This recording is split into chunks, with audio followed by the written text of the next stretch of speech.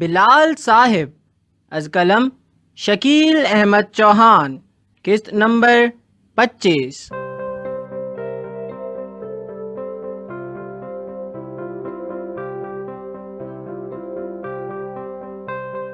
तुम्हें फिल्म कैसी लगी नौशी? तोशी बिस्किट मुंह में डाले बोल रही थी। मजेदार, स्वीट। नौशी कॉफी का सिप लेते हुए बिलाल की तरफ देखकर बोली, तुम कॉफी की बात कर रही हो या फिल्म की? तोशी ने वजाहत मांगी। नौशी ने अपने आप को कंट्रोल किया और वजाहत पेश की। कॉफी वाकई बहुत मजेदार है, फिल्म भी बहुत अच्छी थी। किसका काम तुम्हें सबसे अच्छा लगा? तोशी ने पूछा नौशी से। मुझे तो सच्ची मिशा शफी और शमौन अब्बासी का काम बहुत अच्छा लगा, और खास तौर पर उन दोनों का डांस। तुम्हें हमेशा ये बैडमैन ही क्यों अच्छे लगते हैं? हमेशा विलन पसंद करोगी। तोशी अपनी बहन की पसंद से मुत्तफिक नहीं थी और नाराजगी का इजहार कर रही थी। तोशी जी, फिल्म की बात हो रही है, आप इस नुक्ता नजर को समझें और बस। बिलाल को मालूम था कि ये दोनों काफी देर से लड़ी नहीं हैं, कहीं यहीं ही शुरू ना हो जाएं। वैसे आपने नहीं बताया, आपको किसका काम पसंद आया? नौशी अपना पसंदीदा बिस्किट हाथ में लिए हुए बिलाल से पूछ रही थी। बिलाल का काम सबसे अच्छा था। बिलाल ने कॉफी का घूंट लेते हुए जवाब दिया। ये लो, इनकी सुनो। ये अपनी ही तारीफें करने शुरू हो गए। तोशी ने दायां हाथ बिलाल की तरफ लहराते हुए तबसरा किया था। तुम भी एक नंबर की डफर हो, बस बकबक सुन लो इनकी। नौशी ने तोशी को खरी खरी सुना दी। अब क्या मैंने बोल दिया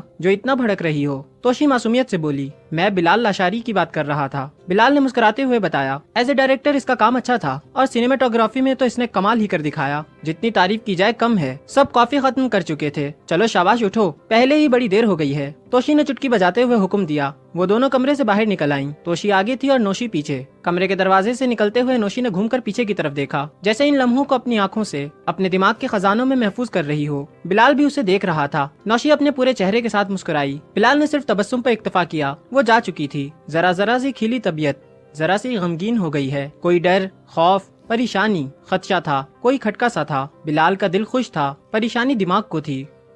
तुम ये जो हर वक्त बुरे लोगों की तारीफें करती रहती हो, हमेशा तुम्हें विलन ग्रुप ही क्यों अच्छा लगता है? तोशी अपने कमरे में पानी पीते हुए बोल रही थी। वो अपने बेड के साइड टेबल पर पड़े जग से पानी लेकर खड़े खड़े घटाघट पी गई। नौशी तकिया लिए हुए, दाएं हाथ को गर्दन के नीचे रखे हुए, आधी लेटी आधी बैठी बोल पड़ी, मुझे भी पानी देना। ये लो डार्लिंग। तोशी ने पानी का गिलास थमाते हुए कहा। भर के तो देती, ये तो आधा खाली है। नौशी पानी पीते हुए बोल रही थी। ये लो। नौशी जी, इतनी सर्दी में पूरा गिलास? पागल हो? किसी भी कहानी में अगर विलन ना हो तो कहानी अधूरी है। विलन ही तो कहानी में ट्विस्ट लाता है। तुमने आज देखा नहीं शमाउन ने शान को कैसा वक्त डाला हुआ था? नौशी पानी पीकर तोशी को गिलास थमाते हुए बोल रही थी। ये लो। ओ विलन की वेम, खलनायक की खलनायिका, अब सो भी जाओ। तोशी कमरे की लाइट बंद करते हुए बोल रही थी और कंबल सीधा किया और लेट गई। अगर आज तुमने कंबल खींचा तो उसी वक्त लगा दूंगी। मुझे तो ये डर है असल जिंदगी में किसी विलन के हत्थे न चढ़ जाना।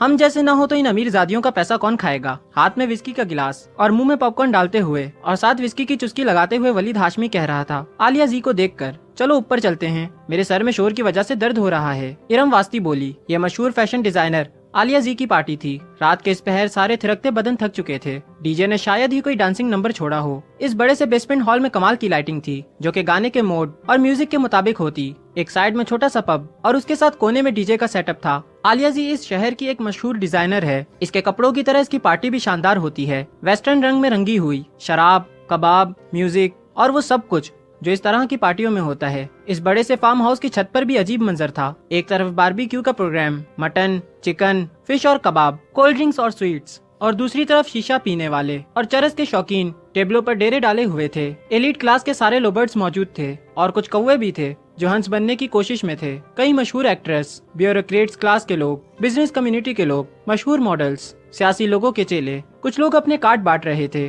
और कुछ दूसरों के विजिटिंग कार्ड्स इकट्ठे कर रहे थे। कहीं फोटो सेशन चल रहा था और कुछ लोग मशहूर एक्ट्रेस को देखकर पहले उसके किरदार में कीड़े निकालते, फिर उसी के साथ तस्वीर भी बनवाते और साथ ही फेसबुक पर अपलोड भी कर देते। कहीं ब्रेकअप की बातें और कहीं अफेयर्स के चर्चे, और कुछ मुल्क की मौजूदा सियासी सूरत हाल पर अपने तबसरे पेश कर रहे थे। कुछ ऐसे नमूने भी थे जिन्होंने खाने को हाथ ही नहीं लगाया, कुछ को फिगर की फिक्र। मैं तो खा के आया था, बस आलिया जी की पार्टी थी इसलिए हाजिरी लगवाई, वरना मैं तो बहुत बिजी था। एक तरफ से आवाज आई, टीवी का मशहूर एक्टर था, और कुछ ऐसे भी थे जो जिंदगी का आखिरी खाना खा रहे थे। पेट तो भर गए मगर नदीदी आंखें, इनका क्या करें। ये एक सर्द रात थी, फिर भी ये लोग एंजॉय कर रहे थे। सर्दी महसूस करने वाले आग की अंगीठियों के गिर्द और कुछ ग्रीन फाइबर के रूफ के नीचे शीशा पीने में मसरूफ थे। वो जो उस कोने में बैठा है ब्लैक लेदर की जैकेट में, इरम वास्ती बता रही थी वलीद को। वो जो नताशा के साथ है? वलीद हाशमी ने पूछा। हाँ वही, ये नौशी तौशी का भाई है, बड़ा रुपया है उसके पास, तो चलाओ चक्कर। वलीद हाशमी ने मशवरा दिया। कोशिश की थी मगर बात नहीं बनी। बड़ा खिचड़ा है।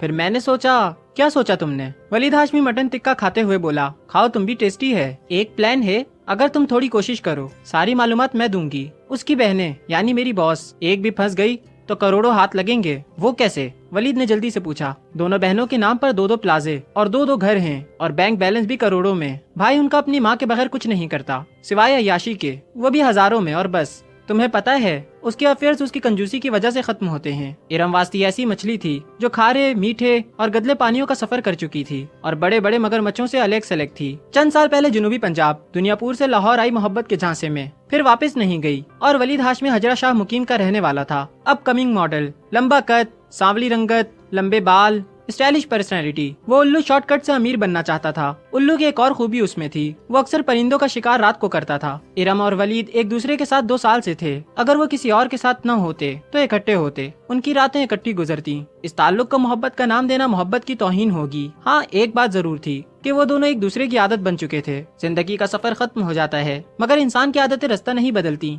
वो जिंदगी के साथ ही सफर करती हैं।